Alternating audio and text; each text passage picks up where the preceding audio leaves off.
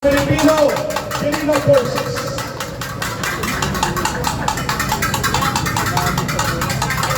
Oh! Mabuhay ang Pilipino! Mabuhay ang Pilipino! Mabuhay ang armed forces! Mabuhay ang Philippine National Police! Sila ang kakabantay natin. Mamatay na si Marcos! Ay! Dapat! Hindi, namatay na nga yung Marcos eh. Di ba namatay na? Si Lisa! Mamatay na si Si Lisa! Lisa mamatay na. Siya ang hudas sa mundong ibabaw ng Pilipinas. Lisa Masa. Dati nagkasama kami sa campaign period. Pero bago ko simulan mga kaibigan, sinasaluduhan ko ang Philippine National Police, ang Armed Forces, ang security guard na dati kong mga kabaro. Dati mga kaibigan, kami yung nagsisecure sa mga nag-rally noon. Ito pala yung kalagayan ngayon. Naku saan kami ang nagbabantay noon. Ngayon, ako naman ang nagsasalita dito. Bakit? Bakit? Pero gusto ko sana malaman ninyo. Kasi mayroon nung nag-YouTube ako sa Makabayan Informative Channel. Yung YouTube ko, Makabayan Informative Channel. May nagsabi, Sir, hindi kita maintindihan, saan ka magpanik? Ang sagot ko sa kanya, simple lang. Ako ay Pilipino, ay para sa Pilipino. Yun lang yun. Ngayon, ako ay Marcos Ruiales, by heart Duterte. Bakit by heart Duterte? Tapos, by heart Duterte because sa dami ng presidente na aking nasubaybayan, ang dating Pangulong Duterte ang siyang may tunay para sa mahihirap. Palakpakan natin! At ang Marcos ay para sa mahirap. Yung senior, yung junior, kalaban ng mahihirap. Palakpakan! Marcos Junior ay kalaban ng mahihirap. Alam niyo mga kaibigan, habang ako'y lalakad dyan kanina, nag-o-observe ako sa ating kababayan. Ano na-obserbahan ko? Ang na-obserbahan ko, mayroong nakangisi, may nakayuko, ano pa man. Pero may nababasa ako doon sa ngiti niya, ngiting aso. Ibig sabihin, nandito naman yung nanggugulo. Hindi nila alam, mga kababayan, tayo ay nagsasalita in behalf sa lahat ng Pilipino. 116 million Pilipino! Yan ang hindi naiintindihan ng ating kababayan. Nagsasalita tayo, mga kababayan, makinig kayo. Pilipino, makinig kayo. Ibinibways namin ang buhay namin para sa susunod na henerasyon sa ating mga apo. Salamat naman! Yun ang dahilan kaya ako nagsasalita nito mga kaibigan.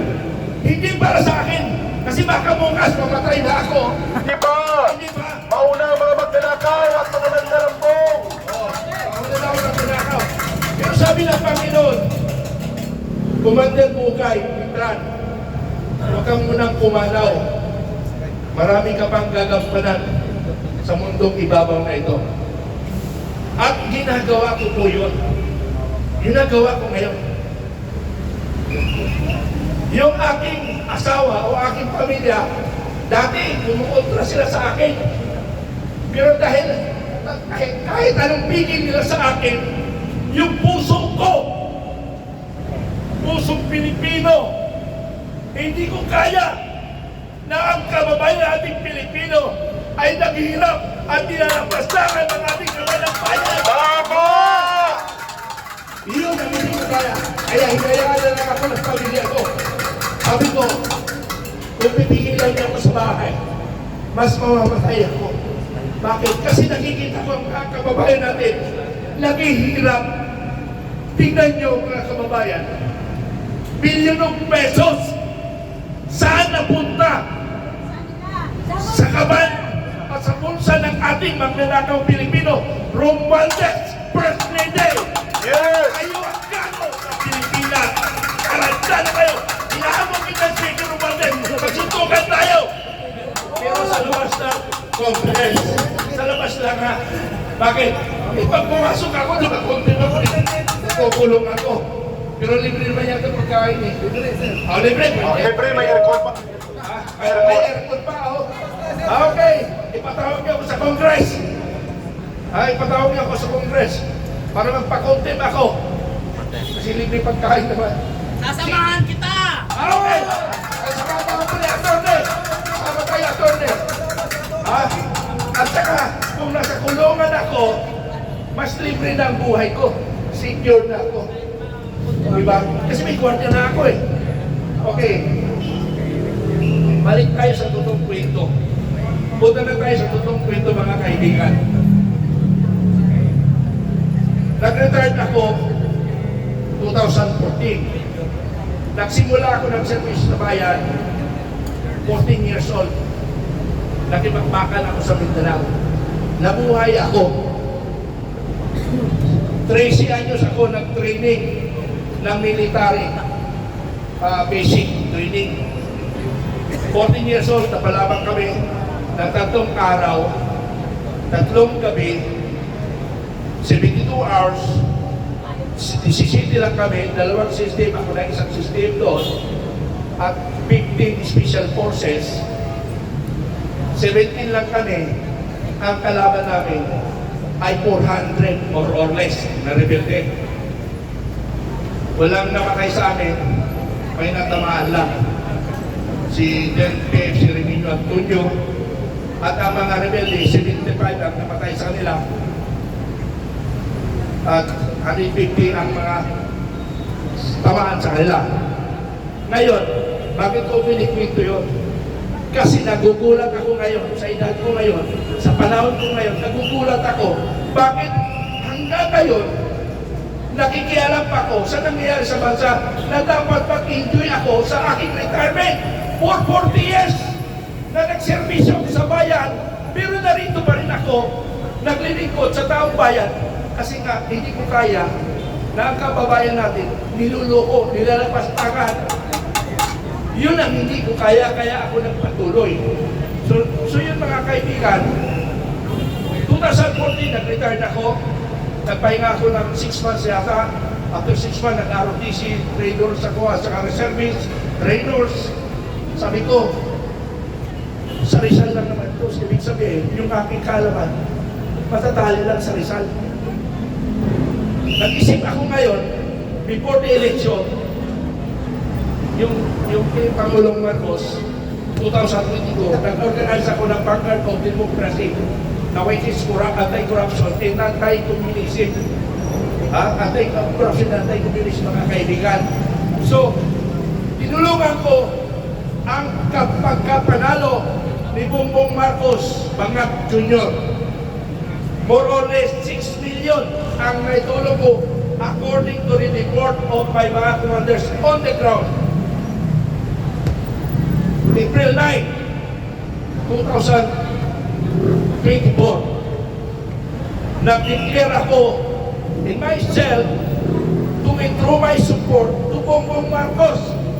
Nagkataon, nagkasalubong kami ni Captain Dado sa libingan ng bayani. Kilala niyo si Captain Dado? Yes.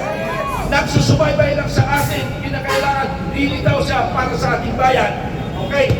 April 9, 2024, nagbuo kami ng Filipino Guerrilla Forces, which is also anti-corruption and anti-communism, and protect Filipino people. Protect our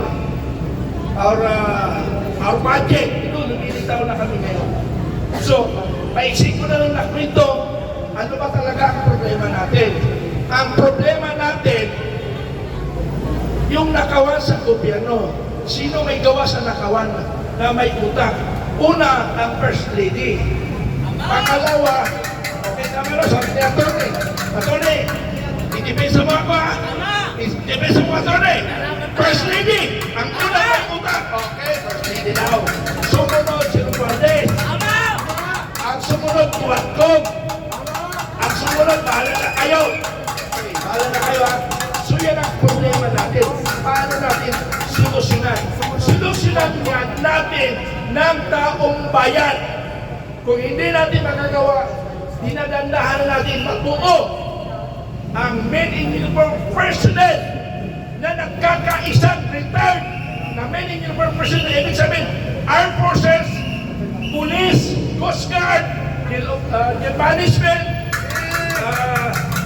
ano pa yun, yung jail guard, nagkakaisa kami, nagpiniti kami, 2 meeting na kami. Pinipilit namin na mayunay ang Pilipino laban sa tiwalik sa gobyerno. So aasahan niyo yan. Bantayan nyo. Kung hindi tayo magtagumpay ngayon, huwag kayong mag-alala. Habang nakubuhay kami ni General Simoy at ang aking mga kasama dito, hindi kami titigil hanggang kami ay may lakas at may buhay para sa taong bayan. Tuloy namin. Maraming salamat. Maraming salamat.